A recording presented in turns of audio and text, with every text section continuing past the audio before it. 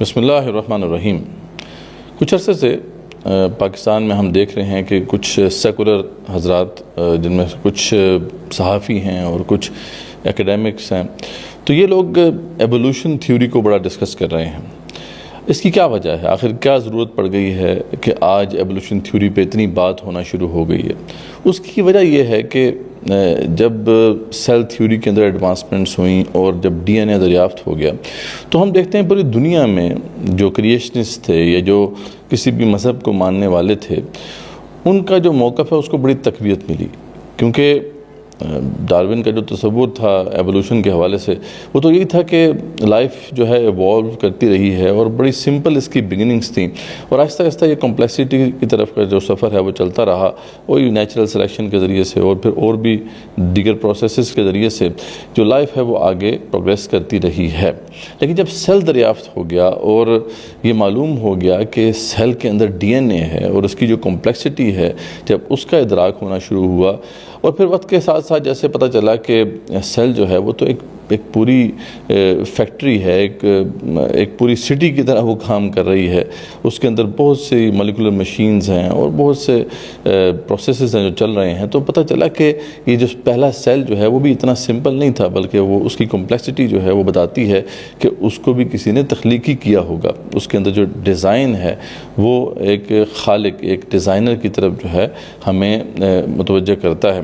تو یہ بات جب سامنے آئی تو پھر پوری دنیا میں وہ لوگ جو ایوولوشن تھیوری کی بنیاد پر خدا کو رد کر رہے تھے، جو اپنے ایتھیسٹک بلیفز کو لوگوں کے سامنے پیش کر رہے تھے، ان کو بہت بڑا دھچکا لگا، اور اس وجہ سے ہم دیکھتے ہیں کہ جو پوری دنیا میں مسلمان جہاں پہ بھی ہیں ویسٹ کے اندر، انہوں نے جب ڈیبیٹس کیں ایتھیسٹ کے ساتھ اور ایگنوسٹکس کے ساتھ، تو وہ اسی پوائنٹ کو ہائی لائٹ کرتے رہے ہیں۔ اسی وجہ سے جب یہ ڈیبیٹ پاکستان کے جو علمی حلقے ہیں ان کے اندر آئی، یا پھر پاکستان میں جو اسٹوڈنٹس ہیں یا ایجوکیٹڈ طبقہ ہے ان کے اندر یہ ڈیبیٹس متعارف ہوئیں، تو پھر ہمارے جو سیکولر حضرات تھے ان کو یہ پتہ نہیں کیا سوجی کہ انہوں نے چاہا کہ ہم ایوولوشن تھیوری کو جو ہے دوبارہ سے ہم پہ متعارف کروائیں اور اس کی پرزور وکالت کریں۔ تو اس حوالے سے ایک ریسنٹ اٹیمپٹ جو ہے وہ ڈاکٹر تیمور رحمان نے کی ہے۔ ہم پہلے بھی ان کی جو بھی آبزرویشنز ہوتی ہیں، ان کے اعتراضات ہوتے ہیں، ان کے جوابات ہم دیتے رہتے ہیں۔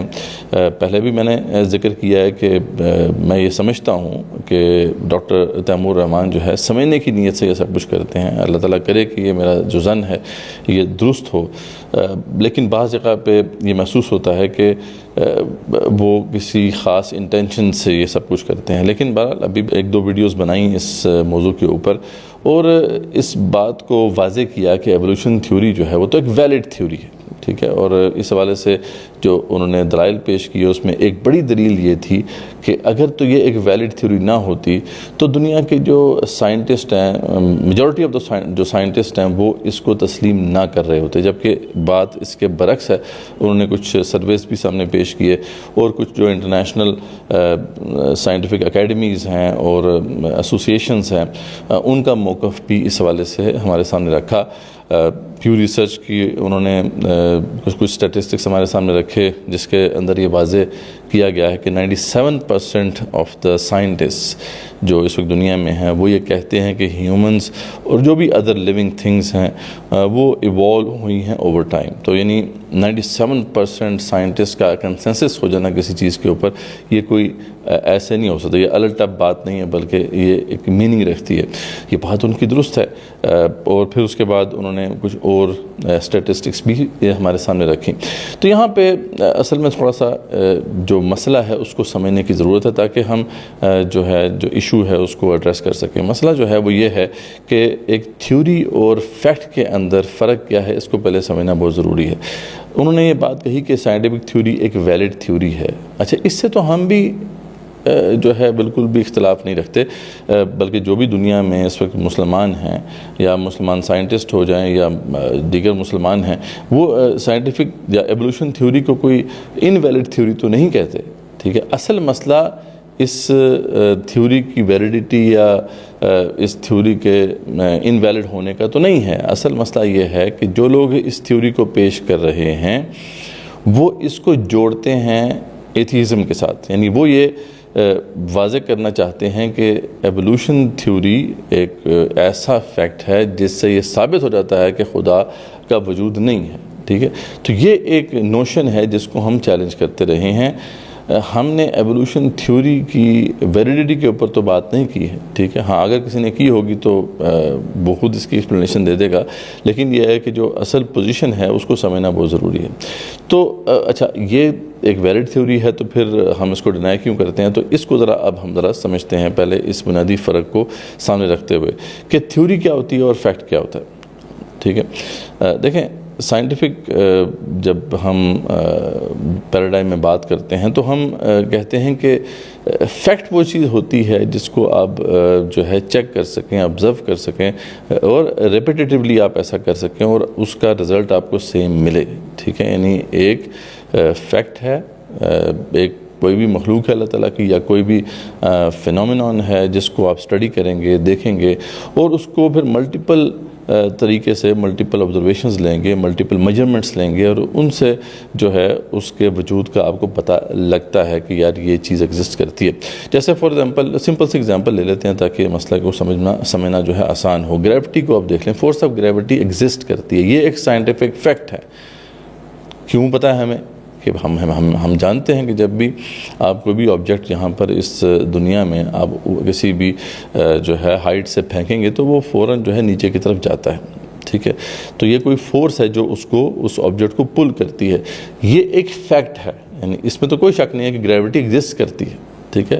اور اس کو میں بھی چیک کر سکتا ہوں، آپ بھی چیک کر سکتے ہیں، ملٹیپل آبزرورز جو ہیں اس کے وجود کا پتہ کر سکتے ہیں، ملٹیپل میجرمنٹس لی جا سکتی ہیں اور آپ بھی ایک سے زیادہ بار میجرمنٹ دے سکتے ہیں، چیک کر سکتے ہیں. تو اس کے بیہیویئر کو ہم اب سمجھنے کی کوشش کرتے ہیں جب اس کے وجود کا ہمیں کنفرم ہو جائے. تو ہم اس بات پہ تو کنفرمڈ ہیں کہ یہ موجود ہے، یہ ایک سائنٹیفک فیکٹ ہے، ٹھیک ہے. لیکن اچھا، گریوٹی ورک کیسے کرتی ہے، اس کا میکینزم کیا ہے، ٹھیک ہے. اب یہ ایک کمپلیکس چیز ہے نا. یعنی گریوٹی کے وجود کا تو ہم نے پتہ لگا لیا، ہمیں معلوم ہو گیا گریوٹی ایگزسٹ کرتی ہے، لیکن گریوٹی بیہیو کیسے کرتی ہے، گریوٹی کا کیسے امپیکٹ ہے جو دنیا کے دیگر اجسام کے اوپر، دیگر آبجیکٹس کے اوپر پڑتا ہے. یہ ایک ایسی چیز ہے جس کو سمجھنے کے لیے آپ گیس کر سکتے ہیں، ٹھیک ہے. اب ذرا بتائیے، جو گیس ہوتا ہے یہ اس طرح گیس نہیں ہوتا ہے جو بغیر کسی بنیاد پہ ہو. ذرا بات ہے، یہ جو گیس کیا جاتا ہے یا یہ جو اٹیمپٹ کی جاتی ہے اس ریئلٹی کو سمجھنے کی، یہ بھی اسٹرانگ ایویڈنسز کی بنیاد پر ہوتی ہے، ٹھیک ہے.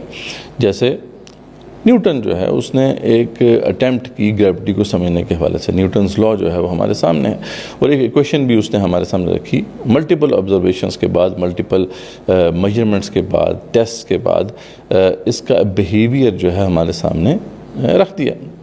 لیکن کیا یہ ایکسپلینیشن جو تھی نیوٹن کی یہ حتمی ایکسپلینیشن تھی؟ کیا گریوٹی کو بالکل 100% نیوٹن نے سمجھ لیا تھا اور سمجھا دیا تھا اپنی ایکویشن کے ذریعے سے؟ تو اس کا جواب یقیناً نفی میں ہے. کیونکہ ہم دیکھتے ہیں کہ بعد میں جب آئنسٹائن آئے تو انہوں نے بھی اس کے بہت سے ایسے پہلو جو تھے جو کہ نیوٹن کے سامنے نہیں آ سکے تھے ان کو ہائی لائٹ کیا اور یہ سلسلہ آگے چلتا رہتا ہے. تو اس لیے یہ جو میکینزم کو ایکسپلین کرنے کے لیے ایک اٹیمپٹ ہوتی ہے اسے ہم تھیوری کہتے ہیں، ٹھیک ہے. وہ سائنٹیفک تھیوری ہوتی ہے اور وہ بیسڈ آن فیکٹس ہی ہوتی ہے، بیسڈ آن ایویڈنسز ہی ہوتی ہے. وہ مطلب ایسا گیس ورک نہیں ہوتا کہ بس آنکھیں بند کر کے کسی نے گیس کر دیا، لیکن بہرحال اسے تھیوری ہی کہا جاتا ہے، اسے فیکٹ نہیں کہا جاتا، ٹھیک ہے. تو یہ فرق ہوتا ہے ایک فیکٹ کا اور ایک تھیوری کا، ٹھیک ہے. اب ہم ذرا اسی کانسیپٹ کو جو ہم نے سمجھا ہے ہم ایوولوشن کے اوپر اب اپلائی کرتے ہیں. دیکھیں، ایوولوشن ایک تھیوری ہے، ٹھیک ہے. اس میں کوئی شک نہیں ہے کہ ایوولوشن ایک ویلڈ سائنٹیفک تھیوری ہے، ٹھیک ہے. اس میں کوئی شک نہیں ہے. اچھا، کیونکہ یہ ایکسپلین کرتی ہے. یہ کیا چیز ایکسپلین کرتی ہے؟ پہلے ہمیں اس کو سمجھنا ہے.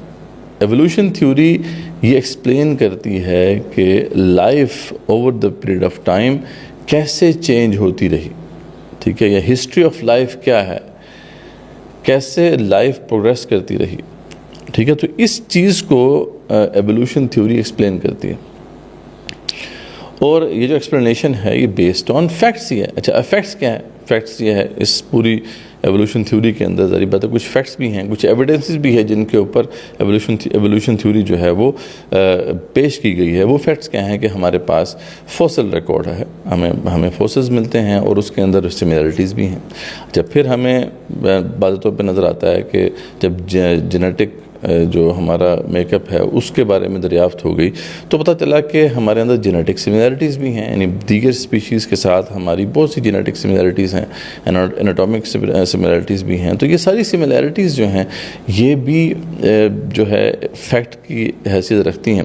تو یہ سملیرٹیز ہو جائیں یا فوسل ریکارڈ جو ہمارے پاس ہے اس کی بنیاد پر، یہ جو ایویڈنسز ہے اس کی بنیاد پر ایک اٹیمپٹ کی ہے چارلس ڈارون نے کہ یہ جو لائف ہے وہ اس طریقے سے over the period of time جو ہے وہ ارتقاء کرتی ہوئی یہاں تک پہنچی ہے، اور مختلف جو پروسیسز ہیں جس کے ذریعے سے یہ لائف پروگریس کرتی ہے اس میں ایک تو وہی نیچرل سلیکشن کا پروسیس ہے، پھر جینیٹک ڈرفٹ کا ایک پروسیس ہے، ایک میوٹیشنز کا ذکر ہے اس پوری فیلڈ کے اندر۔ تو یہ ساری جو چیزیں ہیں، یہ سارے جو پروسیسز ہیں یہ لائف کو آگے پروگریس کرنے میں مدد دیتے ہیں۔ تو یہ ایولیوشن تھیوری اس بنیاد پر پیش کی گئی۔ اچھا، اب اس تھیوری کا کوئی تعلق سرے سے ہے ہی نہیں اوریجن آف لائف سے، حالانکہ چارلس ڈارون نے جو اپنی وہ جو کتاب کا جو نام رکھا تھا وہ تو یہ تھا نا کہ اوریجن آف اسپیشیز، ٹھیک ہے، آن دی اوریجن آف اسپیشیز، حالانکہ یہ اوریجن آف اسپیشیز سے متعلق تو یہ آبزرویشنز ہیں ہی نہیں، اور نہ ہی یہ تھیوری جو ہے اوریجن آف اسپیشیز کو ایڈریس کرتی ہے۔ لائف اوریجنیٹ کیسے ہوئی اور